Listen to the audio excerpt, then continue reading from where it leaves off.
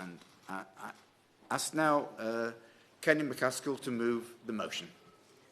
Thank you, Mr. Betts. It's a pleasure to serve under your chairmanship. Today is St Andrew's Day, Scotland's national day when Scots at home and abroad celebrate their native land. And there should be much to celebrate, as our nation has been blessed with natural bounty. But sadly, that hasn't always been used for the benefit of the Scottish people. Decades ago, oil and gas were discovered off Scotland's shores, as they were across the North Sea off Norway's. Yet, whilst Norway now possesses, from the proceeds, a fund for future generations that the world rightly envies, Scotland has seen its assets stripped and child poverty soar. Areas that should have been revitalised were instead deindustrialised. Nature's bounty that should have provided for all was taken by the few, and what should have transformed our nation squandered by Thatcher on smashing the unions and Blair on waging illegal wars. But nature's good fortune has seen another bounty come Scotland's way, and once again the country has been blessed.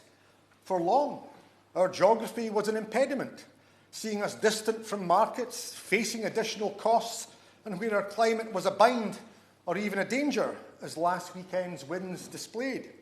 However, our geography and our climate are now also a natural bounty and a blessing, offering opportunities and advantages held by few others. Onshore winds well established, and wave and tidal energy are being developed. But additional to that, offshore wind now offers huge potential. The Prime Minister has stated he wants the UK to become the Saudi Arabia of wind. Indeed, the wind does blow around the shores of the British Isles, as elsewhere. But Scotland has 25% of Europe's, not just the UK's, offshore wind potential, and it's off Scotland's shores that the real boon is located. But where's the benefit for our country or for communities? Where are the onshore jobs that should follow in its wake? Where are the industries that should be lured by it to locate and invest here? Moreover, where's the benefit for communities where the turbines can be seen from, are serviced by, or where the energy comes ashore? What's going to accrue to them? East Lothian, in many ways, is a microcosm of Scotland in regard to this energy bounty. The sea green fields coming ashore at Cockenzie, NNG at Thornton Loch, and Berwick Bank at Brankston near Torness. These aren't one or two turbines, or dozens, but hundreds. It's not only their numbers, but their size that's hugely impressive. These offshore turbines are almost 50% bigger than those sited onshore that people currently recognise. The power generated by them too is massive. It's claimed that Berwick Bank alone will boost Scotland's renewable energy capacity by almost 30%. Such is its scale that Berwick Bank alone will be capable of powering 5 million homes. That's just under the population of Scotland, but more than double the number of households that there are in Scotland. For Scotland's blessed with a surfeit of energy, as it had, and indeed still has, with oil and gas, capable of providing for all our own needs, but also of providing for others beyond our borders. That's not just south of the border, but beyond the shores of these islands, as it's a global energy market now. But having lost out on its oil and gas bounty, Scotland must not lose out on its offshore wind. Fool me once, shame on you. Fool me twice, then shame on me, and it's why there must be action. Scotland and its communities must benefit. Jobs must be created in providing for offshore wind generation. Work and industries must spring from being the point where the energy lands and where energy costs should be cheaper, where it should be logical and economic to base a business. And communities that will face some disruption from the siting of the turbines offshore or construction of transmission stations onshore must see tangible benefits from the wealth that will flow through them. Sadly, that has not been happening, which is why this debate is required and the issues must be urgently addressed. Now, I accept that not all responsibility or culpability rests with the Minister or his government, though much does. But I do accept that the devolution landscape sees energy reserved, but planning devolved. Similar divides apply with industrial and fiscal policy. Accordingly, I don't exculpate the Scottish Government who failed to use their powers or demand those powers that are necessary.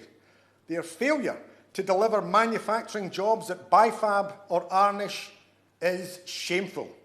But many more levers rest with the UK Government, and which is why they too must act. East Lothian may not have the yards, but Fife and almost every major Scottish estuary most certainly has. Scottish yards should be booming, building the turbines that are required.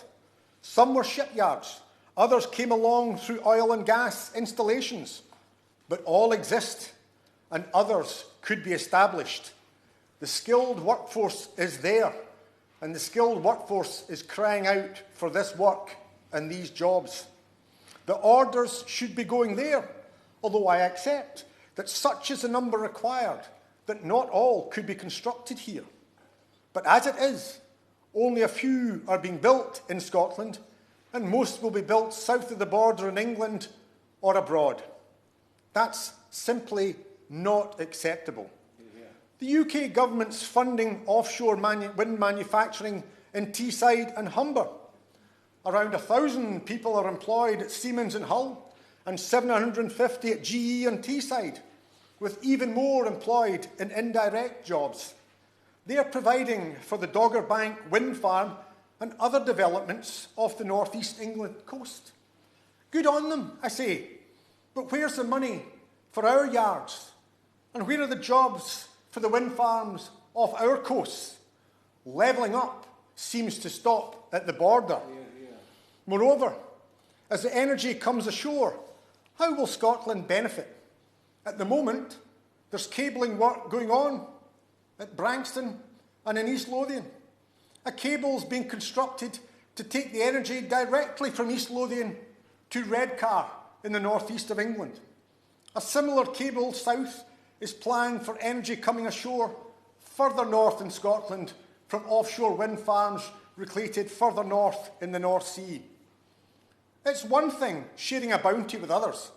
It's quite another to be exploited and see your natural resource taken with little benefit accruing to your land or your communities. As well as the turbine manufacturing jobs, where's the onshore industry that should be springing from being near to where clean and cheap energy is landing? They won't locate here if it's just being cabled south, yet that seems to be what's planned. And where's the benefit for the communities? One place in Scotland that did benefit from oil was Shetland. There, the council negotiated a small payment from the companies landing the oil at Sullomvoe. It neither impeded exploration nor extraction, having been set at a modest rate which was a boon for communities without being a burden for developers. As a result, Shetland has facilities such as schools and sports centres in small communities and bus and ferry services that larger and urban communities in Scotland can only look at and envy. Now, at present, onshore wind turbines attract community benefit from developments. Even a single or a few turbines onshore can see individuals and communities benefit.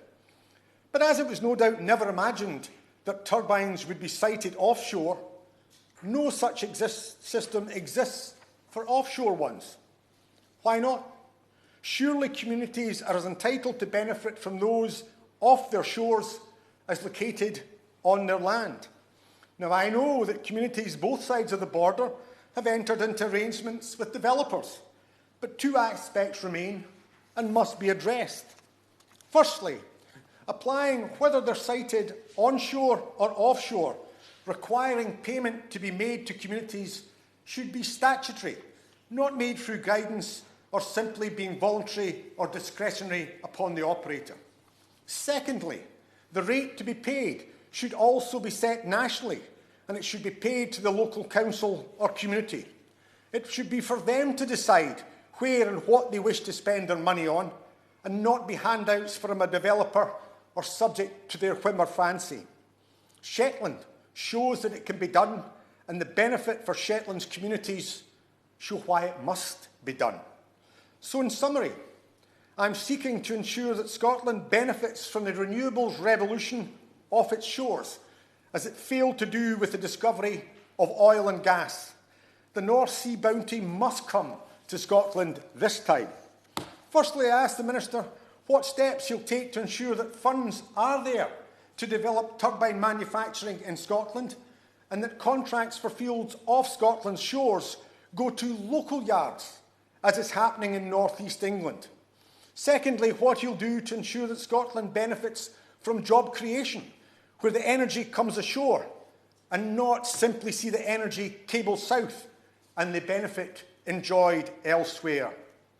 Thirdly, what will be done to end the discrimination against Scottish sites caused by the absurd contracts for difference pricing regime that prejudices Scotland and will be referred to by my colleague in his comments. Finally, will he meet with me to discuss how communities, whether in Scotland or elsewhere in the UK, can benefit from offshore wind, as they do with onshore wind, through a regulated regime and a set fiscal regime that will benefit those communities? Chair, this is a huge opportunity for Scotland. Our nation lost out on the benefits from its oil and gas. It must not lose out on this renewable windfall. Thank you.